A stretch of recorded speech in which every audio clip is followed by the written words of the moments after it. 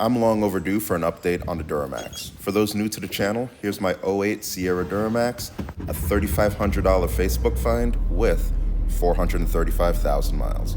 One of the most reliable wheels in the fleet.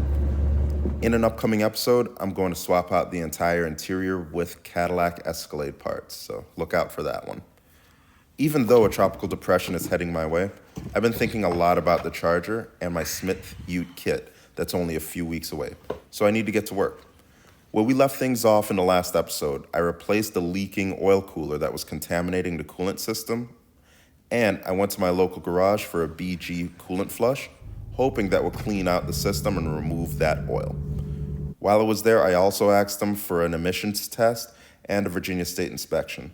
Let's see how things turned out. So it's officially fall, and we need to get the Dodge into fighting shape. Now, it failed inspection, and I need to show you some things that happened with the coolant exchange. So let's go inside and take a look at the paperwork. Taking a look at the emissions report, we did pass. This was no surprise because there was no check engine light on, anything like that. Looking at the state inspection, the state of Virginia requires a vehicle inspection. They look underneath the car, they take off a couple of wheels, looking at brake linings, just a basic inspection to make sure everything is good with the car. And it failed for two reasons. First off, looking at the other lights, the marker lights that are LED on the front bumper, those weren't illuminating. And the second reason is related to the wiper blades. So windshield wipers, they were not up to snuff. No big deal. Looking over at the reason for service, which was really the coolant system flush, they flushed it twice and couldn't get everything out. So I wasn't all that happy with the amount of time and effort and the cost, of course, because you kind of expected the high quality flush to take care of things. But it's all good. This is going to be a learning lesson for me because I'm going to flush the coolant system and remove all of the oil for $10 using Dawn dish soap and distilled water. So with the reason for my rejection in plain sight, let's see what they missed and how we can fix it. So the first thing mentioned was that the LEDs weren't working, particularly these marker lights. Now, they're LEDs. This is a 2018. It should work. LEDs rarely go out, especially on something this new. So taking a look underneath the hood, we can see that this cop car was fitted with custom lights. From that and from this over here. And it looks like it was just crudely cut. So I'm gonna go and put heat shrink on these, tape them up, secure them so no corrosion can get in there. But we also wanna take a look at the actual physical connector on here, because as soon as we take off those clips, we notice that it's disconnected. And if you look real close, there's a little bit of corrosion in there. So we'll clean that up and plug it back in. And we'll do that on both sides. So that's one thing out. The second thing is even simpler. Pull our wiper blades. Now, take a look close there. That's the blade separating from the rubber. And I know I needed to do it. And I would have had the shop do it if that was the only thing that they found that was wrong, just to save time. But they're also charging $20 per blade, and I know I can get better than that. So let's quickly fix those two things, and we won't have to worry about inspection when that time comes.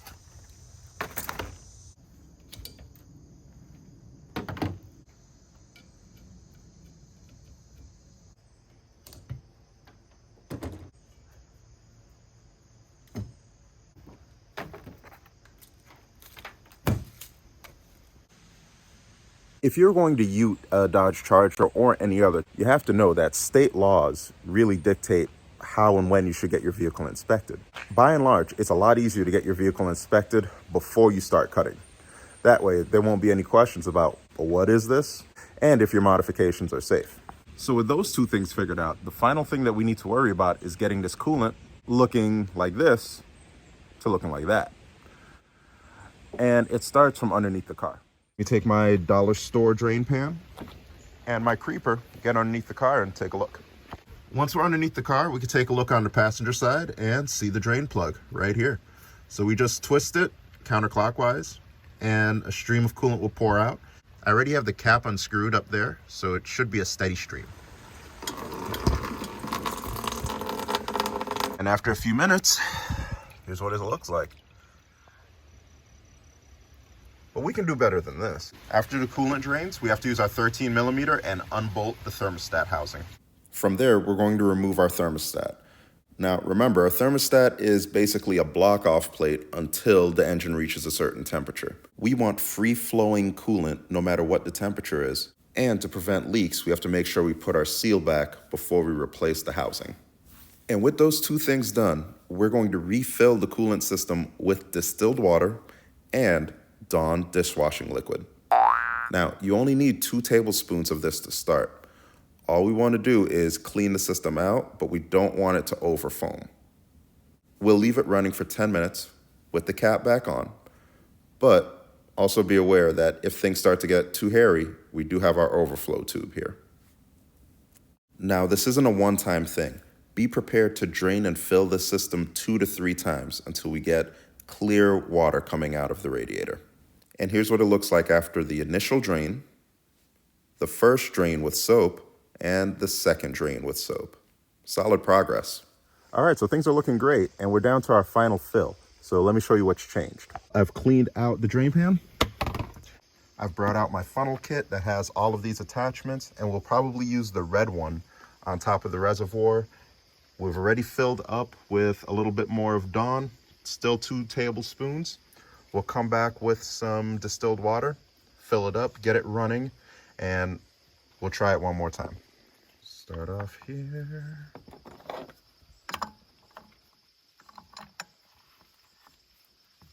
Good deal. Get our kit right on top.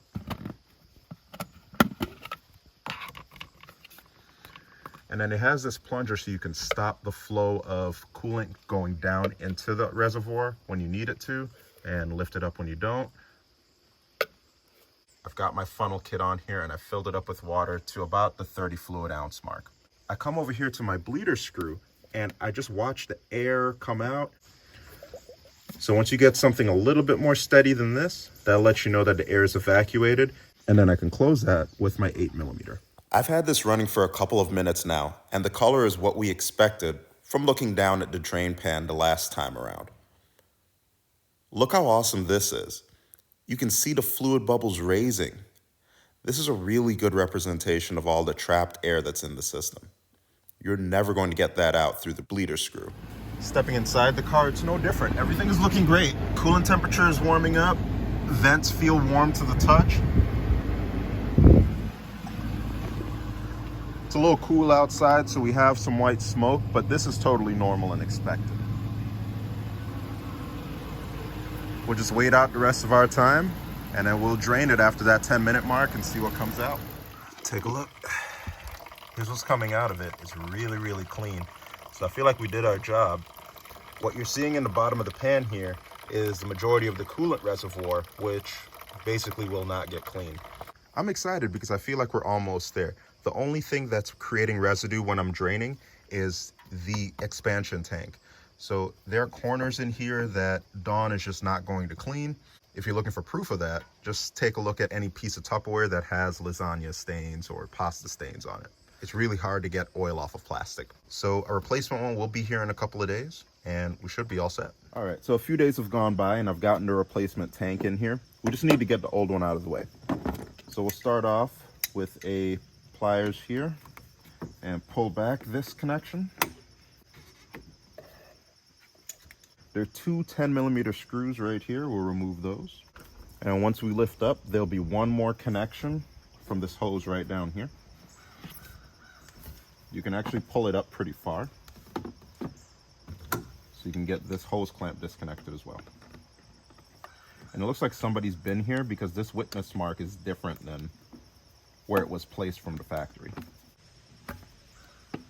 Good deal. All right, so now we're gonna fill up our reservoir for the final time, and it starts with unscrewing that bleeder with my 8 millimeter. We'll get that out of the way. There it goes. I'm shocked I tightened it that much. I shouldn't have. There it goes. We got our funnel kit here.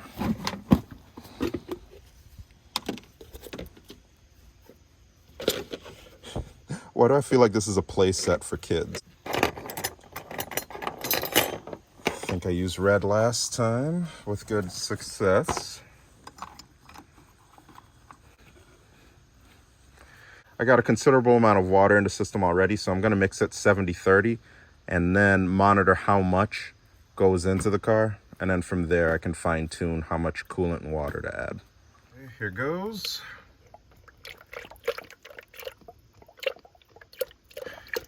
It's so trippy to see purple coolant. I'll continue filling this up. I'm gonna pull the center part in a second and just let it go. I'm trying to do this all with one hand so I can attack the bleeder when water and stuff starts to flow out of there.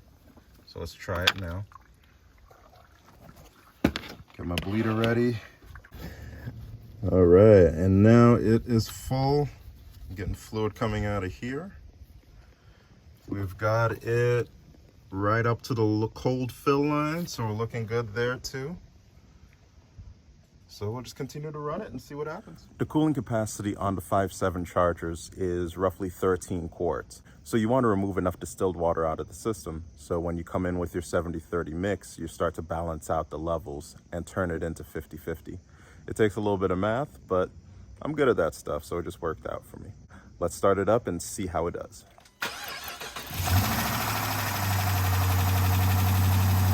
At this point, I put the funnel back on the car because I didn't want it to overexpand and the level to raise above the cap.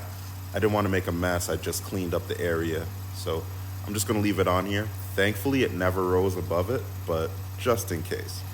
All right, so we're up to operating temperature. Everything is warm inside the cabin. The heater hoses are hot. Things are going well. You see fluid flowing in here. My only issue is there's just a little bit of residue right across the top. And you know I'm a perfectionist. I'm trying to get rid of that, but maybe in time I'll get rid of it. Once things circulate and I'm making sure everything else runs good and the engine is fine, we'll take another look at that. Maybe I need to drain and fill one more time just to get the rest of that out of here. But we'll let it ride for now. We'll just be happy in knowing that we saved an engine, we saved this cop car, and we can move on with the next phase of the process because we haven't even gotten this thing on the road fully yet. I want to put more miles on it. I want to see how it does. So we just have to be happy in the fact that we've got it running. It's not overheating. Things seem to be doing well. But I'll save the best for last. So let's go inside and I got a surprise for you guys. So UPS came and went, and look what they just dropped in the middle of my driveway. Let's get it inside and see what it is. Okay, let's see what's in here.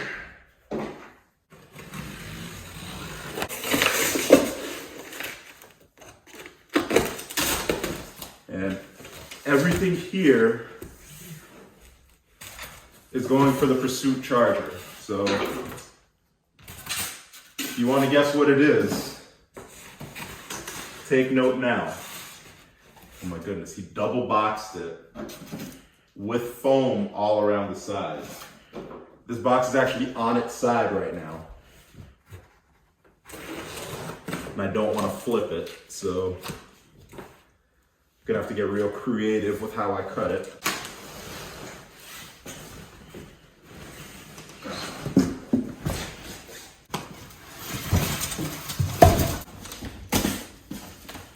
Yeah, he did his thing with this packaging.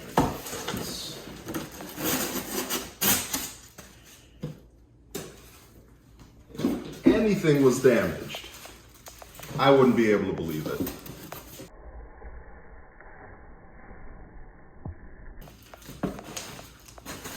This is my very own Hellcat supercharger that you're going to see me fit on top of the Pursuit 5.7 charger right here on the channel. So like, share, and subscribe. Uh-oh. So one of our pieces on the supercharger actually broke off. If you come real close, here's what should be one piece. So have to reach out to them for a claim on that, but here it is. Everything else looks good so far, but we'll take a really good look over everything, make sure it's all good. And in order to get this to work, I-57, I went over to CFR Performance and picked up their adapter kit. I'll also be doing a complete review on this, so in case you're interested on doing it on your 5.7, 6.1, or 6.4, look no further than here. We've got a lot of exciting stuff up for the channel, so make sure you tune in. I paid $1,700 for the supercharger, for the ECM, and for the covers there, and I'm pretty sure I can sell some of that back and make some more money. So the budget Hellcat build is coming together, and it's going to be one of the cheapest that you've seen online. All right, so that's it for this week's episode. Thankfully, the charger is now reliable. We're gonna put some more miles on it. We're gonna take it back for inspection, and it's gonna pass now that we've fixed those issues. We'll probably switch back to the Buick next week. I've got a couple of parts on order. I'm still waiting for the heater core and a couple odds and ends to really get the engine and transmission back into the car. So more on that soon. But thanks for watching. Talk to you on the next one.